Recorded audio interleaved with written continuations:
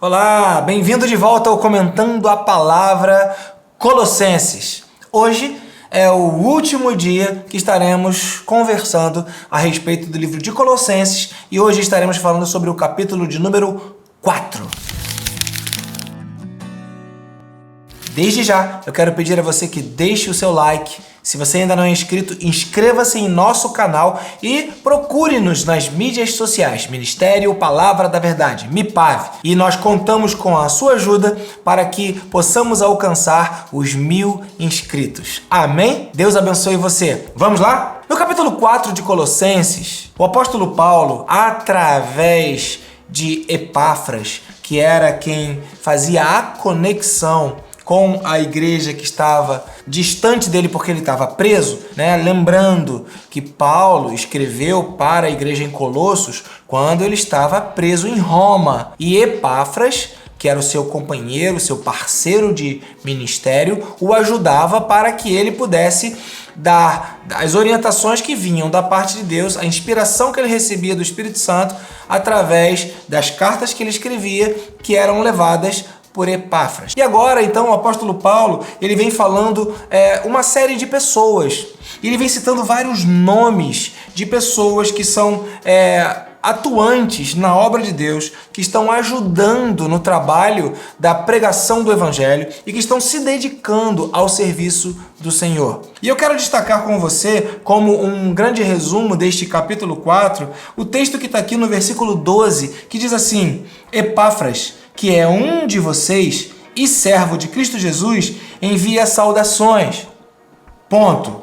Ele está sempre batalhando por vocês em oração, para que, como pessoas maduras e plenamente convictas, continuem firmes em toda a vontade de Deus. O desejo que Deus tem para a sua vida.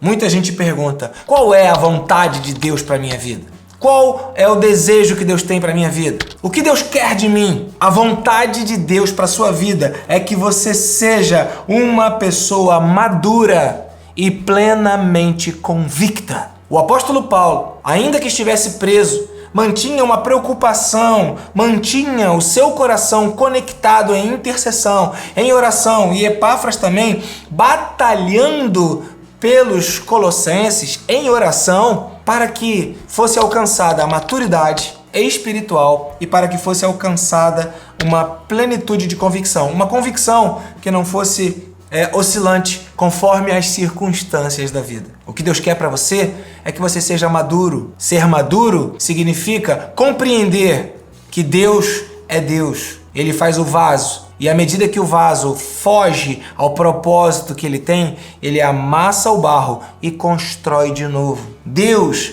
é Deus. E o maduro sabe que nem sempre todas as coisas vão ser do jeito que nós queremos. O maduro sabe que a vontade do Senhor é boa, perfeita e agradável. Quem é maduro sabe que a alegria não pode estar condicionada às respostas que recebemos, mas ao entendimento de que teremos vida eterna. Quem é maduro sabe que está de passagem por esse mundo, caminhando em direção à vida eterna, e que a nossa leve e momentânea tribulação produzirá eterno peso de glória. O maduro sabe que se a nossa esperança em Cristo se resume apenas às coisas deste mundo, nós somos os mais infelizes dos homens. Então quem é maduro não fica determinando, declarando profeticamente que Deus vai dar casa, vai dar carro, que Deus vai dar alegria, que Deus vai dar viagem, que você vai prosperar, que você vai conquistar, que você vai vencer. Porque quem é maduro sabe que a nossa cidade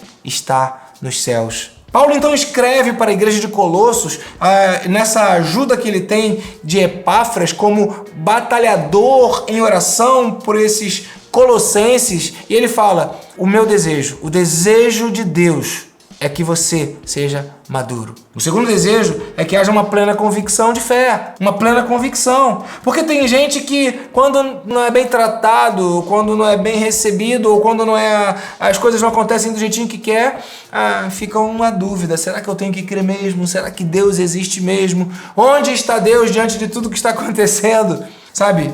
A plenitude da convicção, ela reside no entendimento de que Deus, ele é soberano, mas ele delegou, ele entregou, ele deixou em nossas mãos responsabilidades, domínios, ele deixou em nossas mãos governos, ele deixou em nossa mão autoridade. E o que nós fazemos de errado, o que nós semearmos, certamente colheremos os frutos. Por isso, quem tem a convicção de fé não culpa a Deus por todas as coisas. Quem tem a convicção de fé e é plenamente convicto não culpa pessoas pelas tragédias ou pelos problemas, não culpa Deus, culpa o pecado. E aí então, luta contra o pecado. Então eu quero, nesse primeiro ponto, dizer para você que está junto aqui conosco no Comentando a Palavra, a vontade de Deus para sua vida é que você seja maduro e tenha uma convicção de fé, que você vai continuar firme em toda a vontade de Deus. Ah, qual é a vontade de Deus? Falamos isso na sessão do capítulo 3, segunda parte. A vontade de Deus é que você abandone, que você largue para lá as coisas do velho homem e que você se revista do novo homem. Essa é a vontade de Deus para sua vida.